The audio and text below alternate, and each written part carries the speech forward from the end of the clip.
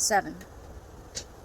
The average number of times a woman goes back to the man that abused her, and the average number of times the world fails her with the phrases like, "I don't believe you." 7.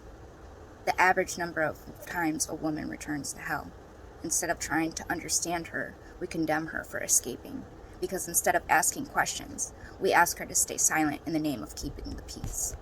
7 times, she has to learn that people don't like taking sides. Speaking out against lies won't open people's eyes, and the number of times she learns to dismiss her own experience because the rest of the world isn't brave enough to see it.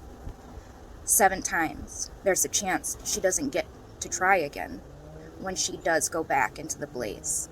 She should be praised for leaving, and 7 times she has to fight for support when she's fighting just to stand. 7 times we teach her to return instead of teaching ourselves how to save her. 7 times we teach an abuser their actions don't have consequences, because 7 times we'd rather side with them than admit the truth, that the reason a woman returns to a man she should see as a threat is because instead of stepping in to protect her, we try to stay out of it and protect him. Instead of understanding that the battle she fought for walking out that door, we tell her the war is only in her mind. 7 times a woman goes back to the man that abused her, because we don't yet understand that by not picking a side, we pick his. We fail these women 7 times. Thinking about all of this, it reminded me of the book of Luke. I believe it was chapter 17, I think verse 3 through 4. If your brother or sister sins against you, rebuke them.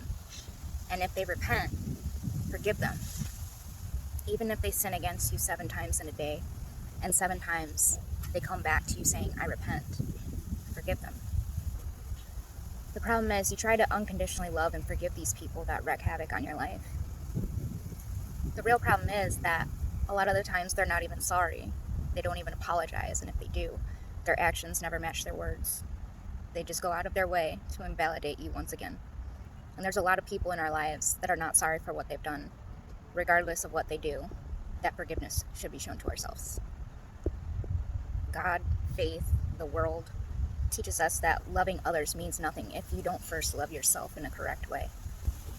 Self-defense is not only morally right, it becomes a duty to yourself and the responsibility for the lives of others. If people are not sorry for what they've done, forgive them anyway, but don't forget. But at the very least, make the effort to forgive yourself. That's the most important part.